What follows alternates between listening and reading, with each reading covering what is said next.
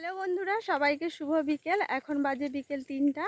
আমি আর মা, মেয়ে আগে সাইকেল নিয়ে গেছে। আমি আর মা হেঁটে হেঁটে বেড়াচ্ছি আমাদের সেই পুরনো বাড়িতে।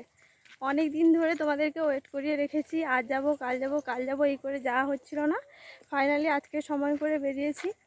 কারণ কালকে আমি বাড়ি চলে যাব, আর যদি আজকে না যাই তাহলে আর যাওয়া হবে না। এই জন্য মাকে নিয়ে বেরিয়ে পড়েছি। ভাত খাওয়া দাওয়া করে ওই তো আধা ঘন্টা 1 ঘন্টা মতো রেস্ট করছিলাম।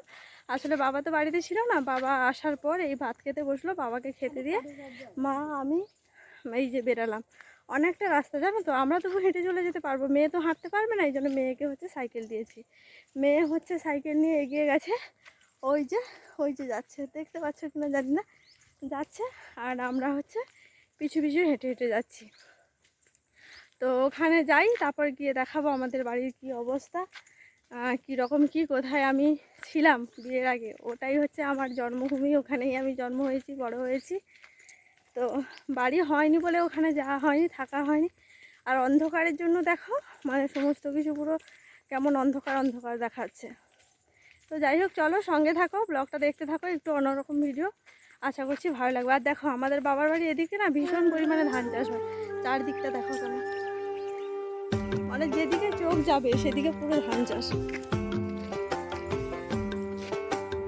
তো যাই হোক, চলো সেখানে যাই, তারপর আবার দেখা হচ্ছে তোমাদের সঙ্গে। ওই যে দেখো দূরে যে কলা বাগান দেখতে পাচ্ছ, তার পেছনে আমার বাবার বাড়ির গ্রাম। কত সুন্দর তাই না? চারদিকটা দেখো পুরো সবুজ। ভীষণ মিস করি এই জায়গাগুলোতে। আসলে কি বলতো, আমাদের ওদিকে তো ওসব দেখাই যায় না, শুধু মাছ ছাড়া জল ছাড়া কিছুই দেখতে পাই না। কিন্তু এখানটায় এলে না ভীষণ ভালো লাগে। আর বাড়ি আসলে না, এখানে আসলে বিশেষ করে ঘর থেকে তো বেরানো হয় না।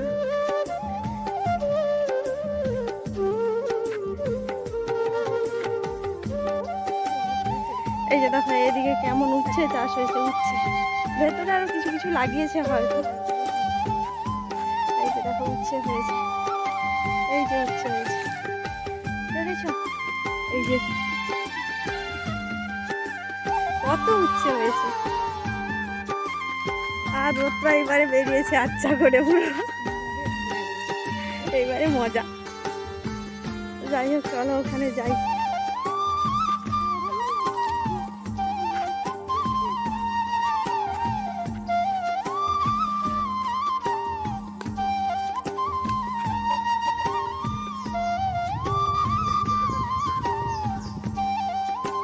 দেখতে দেখতে কিন্তু আমাদের এই বাড়িতেই চলে আসলাম। আর দেখো বাড়িতে কেউ থাকে না বলে এখানকার জায়গাটার কি অবস্থা।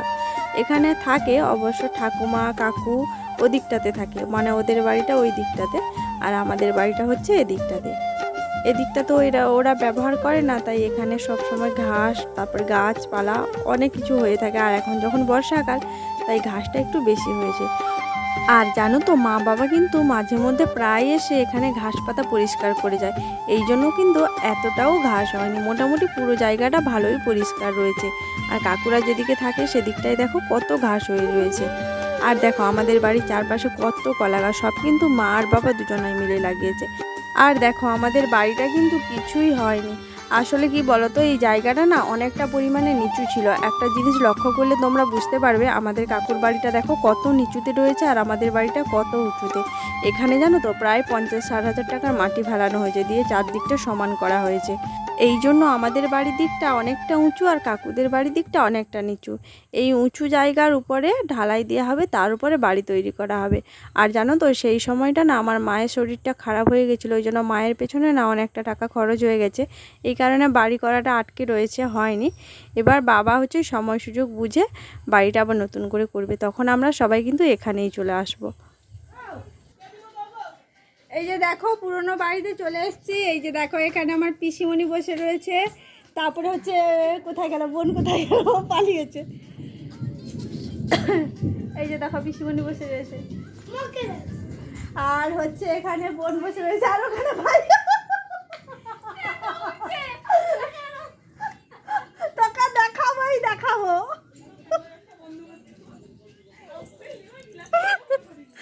যা ক্যামেরা অন করেছি সবাই দিয়ে ছুট।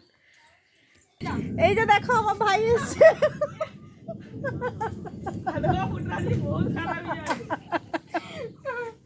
তুই যা রে মেয়ে সাজি, তুই যা।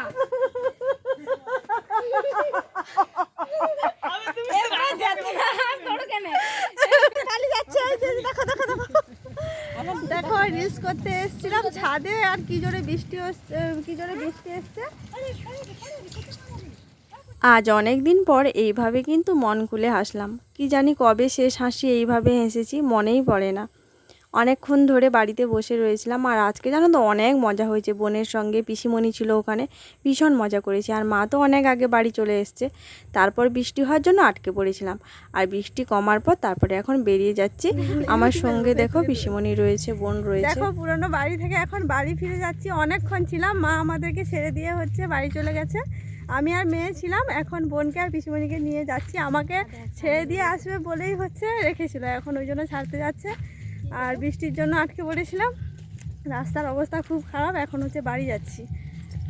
দেখো হাঁটতে হাঁটতে কিন্তু বাড়ি চলে আসলাম, আর বাড়ি আসতে কিন্তু দেখো সন্ধে হয়ে গেছে, আর পিসিমণিরাও আমাকে দিয়ে বাড়ি চলে গেল।